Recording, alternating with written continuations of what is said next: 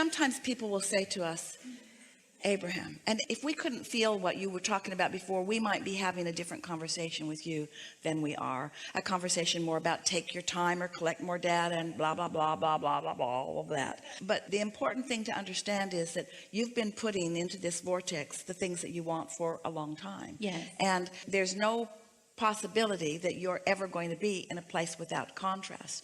But what you do about the contrast is everything. And most humans in the subject of relationships want to talk about what the other person is going to do in regards to contrast or in regards to resistance, not about what they are going to do.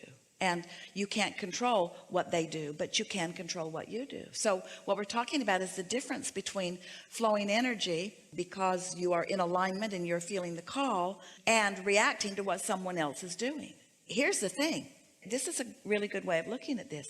If you've got your train, let's say that it's really loaded down, it's got a really heavy cargo, and it's got a lot of powerful engines on it, and it's moving really, really strong and fast in that direction, and you tack a little opposing engine on it going the other way. This train is not even going to notice that engine pulling in opposition. One time, Jerry and Esther, with their big Prevost monster bus, towed their car behind it with the brakes on. The bus did not even know it was happening. Made no difference. It just turned that car into a sled and pulled it until the wheels were on fire. When there's enough momentum going this way, your resistance becomes less important, you see. But if you're going this way and this way and this way and this way and this way and this way, then your resistance is a bigger factor in your life experience. So if we were standing in your physical shoes, we would focus upon those delicious positive aspects, of which there are so many. And we would not allow ourselves in time, it'll take a little practice, to be a reactor to the things that are bothering you. And one of two things will happen. In other words, it always works itself out. Because sometimes people will say, Abraham, they'll tell us about some relationship that they have, and they'll say, do you think I should leave? And sometimes we say yes, because the truth of it is that law of attraction, when you're looking for harmony and your vortex is full of things that you want, and this other person is really not a vibrational match to a lot of things that you want that are in your vortex, then harmony is doing this. That's harmony. But it doesn't feel like that in this conversation. Mm-hmm. Well, how much longer do I have to do this? Because it's forever. I mean, okay. So with this person, for example, like when your question is, how long do I have to put up with the discomfort? For as long as you've got those vibrational patterns going on within you. For as long as you think that somebody else needs to make the change in order for you to feel better. Right. But isn't that relationship? Do you compromise? You know, maybe you don't want as much of a domesticated relationship as you think you do. I've thought of that. Maybe it's possible to have everything that you both want. So you want this, the other wants this, and let's say it's different. Well, the universe can accommodate both of you completely, and you can live happily ever after. But if you're looking over there at what that one wants and you're all bound up about it, or the other one's looking over at you and not liking it and all bound up about it. So who's bound up here? Who has the most angst about what the other one is doing? You or? I think me. Yeah. Okay. So do I just allow and just continue? So when someone says to us, should I go someplace else? And we say, yes, but you'll be taking yourself with you. You'll go and you'll take that tendency with you. So wouldn't it be nice to find a way to be less of a reactionary? It would be great to be less reactionary. I mean, I'm very like all or nothing. Like I'm like, when I give fully, I give fully. Deliberate creators are often that way. But along the way, sometimes, eventually, always, if you are to really be the happy being that you were born to be, you discover that you just cannot be someone who the majority of your vibration comes from your reaction to things, because it makes such a chaotic, wobbly world for you. You're just not going to find enough people to line up with what you want. You just have to be someone who lives in the world, who is dominantly controlling your own point of attraction, but isn't responding to the point of attractions that others are bringing to themselves. It's a sort of understanding that variety is a good thing, not a bad thing. You see, Let's just back away from you just a little bit into a broader view of mass consciousness, or we're talking about the collective consciousness of humans who are on your planet today. So many, in fact, most, have not reconnected with the fullness of who they are. And just for that reason and that reason alone, they feel more vulnerable. And then in their vulnerability, they become scrutinizers of what's going on around them. They were having reactions to what's going on around them. So they react to that, and they react to that, and they react to that.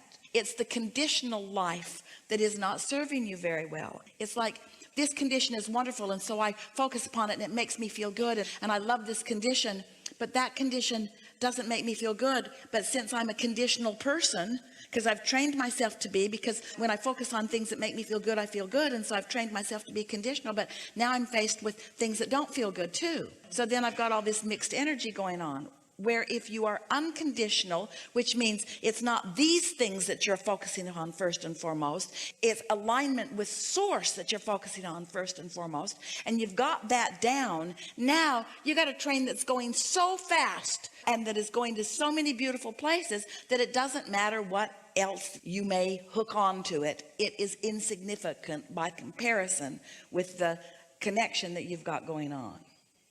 That's true, because I just, the vulnerability thing, I was thinking like I want a title, and I read all about attachment theory. I'm like, he's avoidant, he has all these problems committing, and I want you to commit and tell the whole world, change your Facebook status so everybody knows we're together, give me some security here. But if I was... But the very fact that you're asking for security means you're not getting it where you really get it, and you're looking for love in all the wrong places. You're looking for security in all the wrong places. You're looking for it through his behavior, and he's been there before. He knows he cannot jump through enough hoops to make you happy. Not for very long. And so as others have tried to domesticate him, here's the thing. He wants to be domesticated.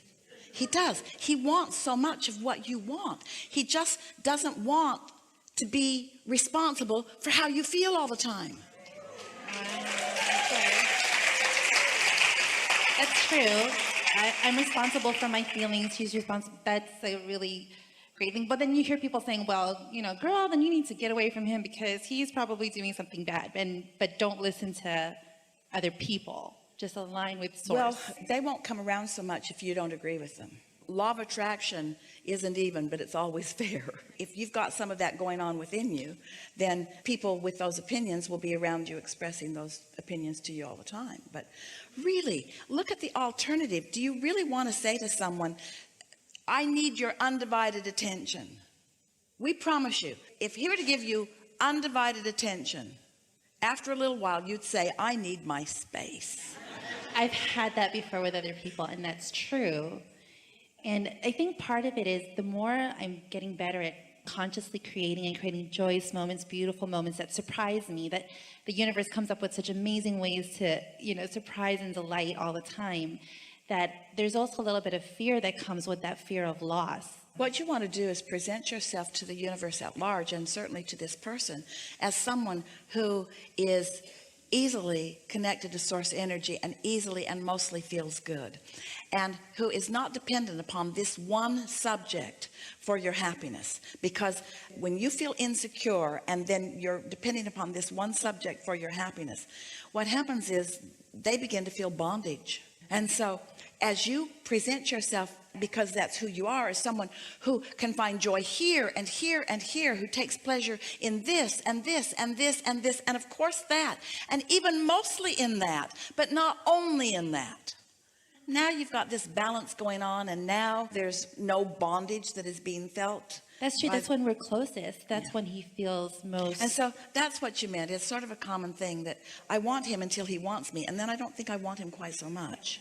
And he wants me until I want him, and then he doesn't. Yeah. So then you get mad, and then he tries to reel you back in. And then in his trying to get you to come back, then you feel better. And we say, how sick is all of that? It's super. In other words, none of that is what any of you want. What you want to be is someone who's tuned in, tapped in, turned on, and in love with life, all aspects of life, including that aspect of life. And so it's possible that you're not quite in that stable place. And that's why this relationship and the way it is unfolding is giving you the opportunity to get there. But when you get there, what you're going to accomplish through this is not him learning how to behave so that you feel better. What you're going to accomplish through this is you learning how to connect so that you feel better. So that's the whole point. It's not about the And relationship. then he'll behave.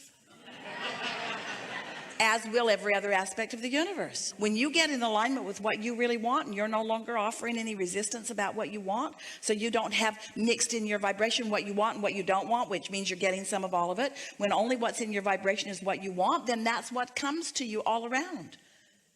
That's how you know what you've got going on vibrationally. How you know what your output is, how you know what your point of attraction is by what comes back to you. And the flaw in your premise is you think it's what others are deciding or what others are doing that is the main factor here. It isn't. It's what you're putting out that is the main factor. So you got to radiate security, which means you got to radiate your knowledge that you have autonomy, that you are connected to source energy, that you are invincible, that there is nothing that you cannot be or do or have, that everything is always working out for you, that you are invincible. As you begin to offer that vibration, because that's what you've been practicing vibrationally, then there's no monkey business going on in your vibration. And then what you attract from every relationship reflects who you really are and what you've got going on. So the most emphatic thing that you want to say to this friend is, I appreciate so much how your behavior lets me understand what I'm outputting. So if something happens and you don't like it very much and you want to blame them, really what you want to do is say, thanks for pointing it out. Pointing what out? What I got going on in my point of attraction. What I've got going on in my point of attraction, because every individual that you will ever meet is like the universe at large. They have the capacity to give you whatever your strong engine is asking for. So when things are harmonious and it's great, it's because I'm in alignment with source. It's because you're in harmony. Okay. But the flawed premise is I'm in harmony with the other. That's not how it goes. You're in harmony here first, and then the other harmony follows. And when you got this harmony going on, then even if somebody's having an off day, you don't notice it and you don't make a big hairy deal about it and you don't go to therapy to try to figure out what you're doing wrong. You just accept it for the contrasting step 5 beautiful clarifying moment that it is. And I don't have to be anxious about where this is going and what our future is. I like to do that too. Well, your anxiety is about your thought differing from the thought that your inner being has.